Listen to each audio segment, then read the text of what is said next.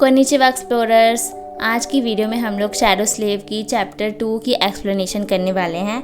तो चलिए शुरू करते हैं। सनी ने एक पहाड़ का सपना देखा। वो पहाड़ बहुत ऊंचा और अकेला था, जैसे आसमान को चीर रहा हो। उसके आसपास की पहाड़ियाँ उसके सामने बौनी लग रही थीं। रात के काले आसमान में उसकी धारदार चोटी चांदनी को काटती हुई लग रही थी। चमकदार चांद उसकी ढलानों को एक रहस्यमयी सफ़ेदी से भर रहा था। उस ढलान पर एक पुरानी और टूटी हुई सड़क चट्टानों से चिपकी हुई थी। बर्फ के नीचे कहीं कहीं घिसे हुए पत्थर झलकते थे। सड़क के दाईं ओर एक ऊंची ठोस चट्टान खड़ी थी, एक ऐसी दीवार जैसी जिसे पार नहीं किया जा सकता था। और बाईं ओर बस एक काला शांत सागर, एक ऐसा खालीपन जो शायद कभी खत्म ना हो। तेज हवाएं बार बार पहाड़ से टकरा रही थीं। वो चिल्ला रही थी जैसे किसी बेबस गुस्से में। अचानक चांद नीचे गिर गया। सूरज पश्चिम से निकला, पूरे आसमान में दौड़ा और पूरब में डूब गया। बर्फ जमीन से उछली और बादलों में वापस चली गई। सनी ने महसूस किया वक्त उल्टा चल रहा है। कुछ ही पलों में सैकड़ों साल बीत गए। बर्फ पीछे हट गई, पुराना रास्ता साफ हो गया। सनी ने देखा कि ज़मीन पर इंसानों की हड्डियां पड़ी हुई हैं, मगर अगले ही पल वो गायब हो गई और वहाँ एक गुलामों का कारवां आ गया। जंजीरों की आवाज़ के साथ गुलाम पीछे की तरफ बढ़ते दिखे। समय रुक गया, फिर दोबारा चल पड़ा। Aspirant, welcome to the nightmare spell, prepare for your first trial. Sunny ने एक कदम बढ़ाया, फिर एक और। उसके पैरों से खून निकल रहा था। ठंड में वो कांप रहा था। उसका फटा पुराना ट्यूनिक, जो शायद कभी सफ़ेद रहा होगा, अब बिल्कुल बेकार हो चुका था। लोहे की बेड़ियाँ उसके हाथों में गहरे तक धंसी हुई थी। हर बार जब वो उसकी फटी हुई त्वचा से टकराती तो एक नुकीली चीख जैसी दर्द की लहर दौड़ उठती। सनी ने ऊपर देखा, फिर नीचे। वो एक लंबी जंजीर का हिस्सा था जिसमें दर्जनों गुलाम जुड़े हुए थे। हर इंसान की आंखें खाली, चेहरे थके हुए और आत्मा से रहित लग रहे थे। आगे एक चौड़े कंधों वाला आदमी था। उसकी पीठ पर ताज़ा खून जमा हुआ था। पीछे एक इंसान था जो किसी अजीब सी भाषा में बड़बड़ा रहा था, जिसे सनी समझ रहा था, जबकि उसने कभी वो भाषा सीखी ही नहीं थी। कभी कभी कुछ सैनिक घोड़ों पर सवार होकर उनकी ओर देखते हुए गुजरते थे, एंशंट आर्मर पहने हुए। उनकी नज़रों में सिर्फ नफरत और डर। ये नाइटमेयर वैसा तो बिल्कुल नहीं है जैसा कहा गया था, सनी ने ये सोचा। उसे याद आया बचपन में पढ़े कुछ वेबटून्स। उसने दिमाग में शब्द दोहराए, स्टेटस, माई सेल्फ, इन्फॉर्मेशन। जैसे ही उसने फोकस किया, हवा में कुछ शिमरिंग रून्स उभर गए। वो कोई एंशंट अल्फ़ाबेट था, लेकिन फिर भी उसे उसका मतलब साफ समझ में आ गया।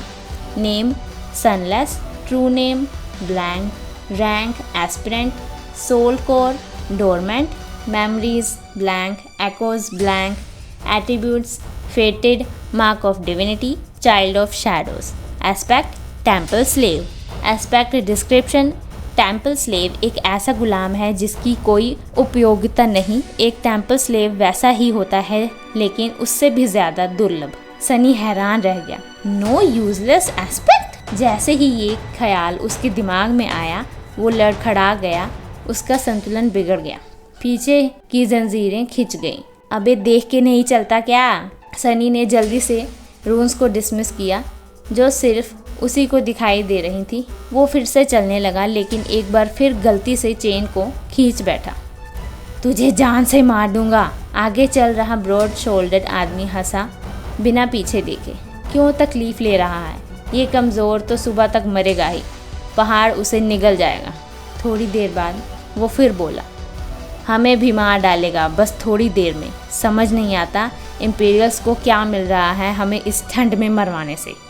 पीछे वाला गुलाम चिल्लाया, अपने लिए बोल मूर्ख, मैं तो जिंदा बचूंगा। सनी ने चुपचाप सिर हिलाया और अपनी चाल स्टेडी कर ली। क्या चार्मिंग जोड़ी है। तभी एक तीसरी आवाज़ आई, शांत और इंटेलिजेंट। ये माउंटेन पास इस समय इतनी ठंडी नहीं होती। शायद हमारी किस्मत ही ख़राब है। और हाँ, मैं कहूँगा इस लड़के को मत छेड़ो। क्यों? ब्रॉड शोल्डर आदमी ने पूछा। उसके शरीर पर जो निशान है वो देखो। वो हम लोगों जैसा नहीं जो कर्ज या गुनाहों की वजह से गुलाम बने हैं। वो पैदा ही गुलाम हुआ है एक मंदिर में, शैडो गॉड के मंदिर में। Shadow God? उससे डरना क्यों चाहिए? उसने तो अपने मंदिर भी नहीं बचाए। एम्पायर को वॉर गॉड का संरक्षण मिला है, मगर हम लोगों के पास कोई रक्षा नहीं। तुम सच में किसी फॉरगॉटन गॉड को नाराज़ करना चाहोगे? बात वहीं ख़त्म हो गई।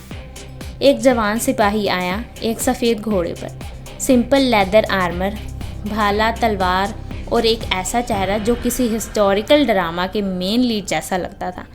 क्या चल रहा है यहाँ?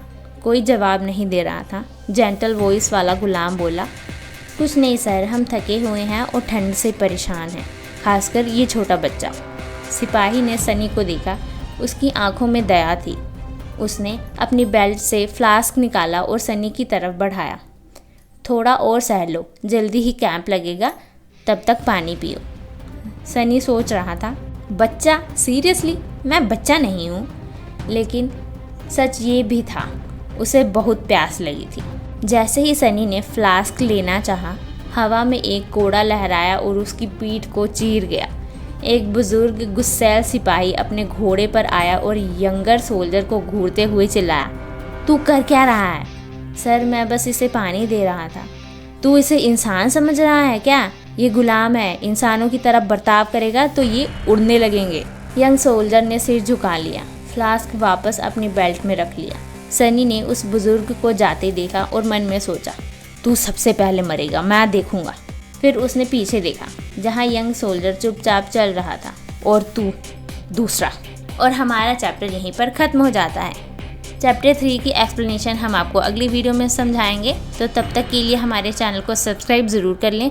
और अगर आपको ये वीडियो पसंद आई हो तो इसे लाइक ज़रूर करें। तो मिलते हैं हम आपको नेक्स्ट वीडियो में, तब तक के लिए मत ताने।